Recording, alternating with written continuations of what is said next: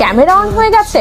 দর্শক, আমি পুরোই আছি প্রেমের মুডে, কেন নয় বলুন তো? আচ্ছা যাই হোক, আপনাদের তো ব্যাপক প্রশ্ন, আপু আপনি কেন কিছু বলেন না? মেগাস্টার শাকিব খান অভিনীত বরবাদ মুভির আপডেটটা কেন দিচ্ছেন না? আপনার মুখ থেকে তো প্রথম শুনতে চাই।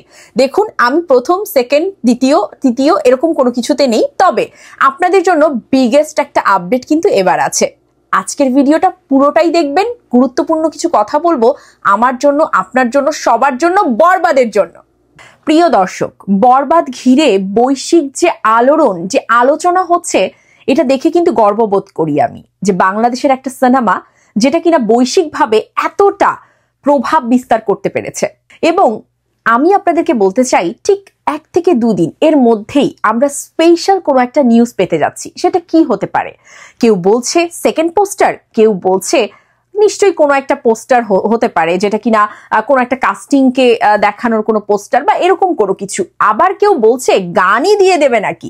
তো এই যে নানান রকম কথাবার্তা উঠছে, সেখান থেকে আমার মনে হয় যে এই আলোচনাটা থাকুক, বজায় থাকুক, আমি সেটার মধ্যে পানি ঢেলে দেবো না নিশ্চয়ই। তবে স্পেশাল কিছু একটা আসতে চলেছে, স্পেশাল স্পেশাল স্পেশাল। প্রেমে হাবুডুবু খাবেন আপনারা সবাই, যেরকম ভাবে আমি প্রেমের মধ্যে ভেসে গেছি। তো বুঝতেই পারছেন, একটু বুদ্ধি খাটিয়ে কমেন্ট করুন কি আসতে চলেছে।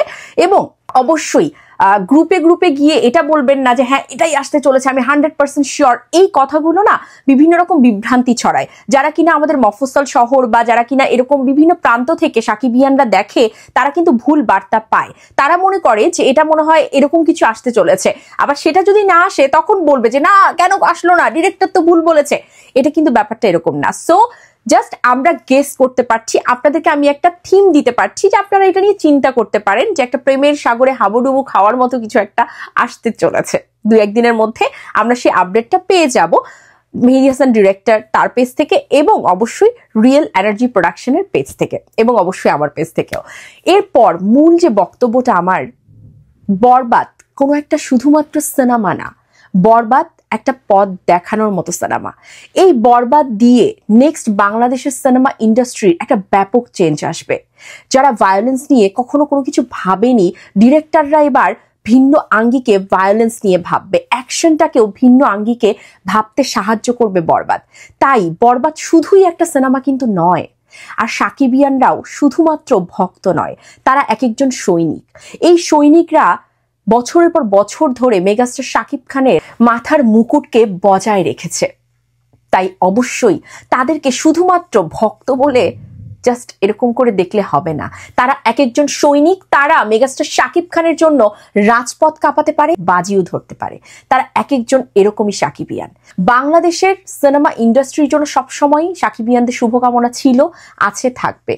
কারণ আমরা জানি বাংলাদেশের সিনেমা ইন্ডাস্ট্রি মানেই শাকিব খান, এবং মেগাস্টার শাকিব খান যে পথটা ধরে এগোচ্ছে, যে পথ তৈরি করে দিচ্ছে, সেই পথ ধরেই তার জুনিয়ররা এগিয়ে যাবে।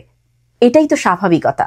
তো এভাবেই দেখুন না, বাংলাদেশের ফিল্ম ইন্ডাস্ট্রিতে না এই ব্যাপারটা ঘটে যে যখন কোনো একটা নতুন নবাগত কোনো নায়ক আসে বা কোনো একটা সিনেমা করেছে, আমরা তৎক্ষণাৎ এই সিনেমা বোধধারাই বুঝে না বুঝে, অনেক সময় বুঝে, ওই সিনেমা, ওই নতুন যে হিরো তার ক্ষতি করবার জন্যই না প্রতিযোগিতায় ফেলে দেয় মেগাস্টার শাকিব খানের সাথে। এতে করে শাকিব খানের কিন্তু কোনো কিছু হয় না, হয় কার জানেন? ওই নায়কটার বা ওই নবাগত ওই ছেলেটার। মেগাস্টার শাকিব খানকে দেখে তারা শিখবে। মেগাস্টার শাকিব খান নিজেই একটা ইনস্টিটিউট, তাকে ঘিরে তারা চিন্তা করবে যে আচ্ছা শাকিব ভাই তো এই লুকটা করেছিল, শাকিব ভাই তো এভাবে অভিনয়টা করেছে, আমিও এভাবে করতে চাই। তাদেরকে ওই পর্যায়ে থাকতে দিন, আস্তে আস্তে করে তারা নিজেদেরকে গড়বে, তারপর তারাও একটা ভালো পর্যায়ে যাবে। অবশ্যই সকলকে ওয়েলকাম করি আমরা, কিন্তু এই যে আসার পরদিনই যে ঔদ্ধত্য দেখানো বা আসার পরদিনই বিভিন্ন লোকের প্ররোচনায় পড়ে এই ছেলেগুলো বিভিন্ন রকম কথাবার্তা বলে, এতে করে তারা নিজেদের ক্ষতি করে, এটা আমরা চাই না। সকলে মিলে মেগাস্টার শাকিব খান যে পথটা তৈরি করে দিচ্ছে, আপনারা সকলে সেই পথে হাঁটুন, সেই পথটাকে আরো আলোকিত করুন। এভাবেই এগিয়ে যাক বাংলাদেশের সিনেমা ইন্ডাস্ট্রি। ধন্যবাদ সকলকে।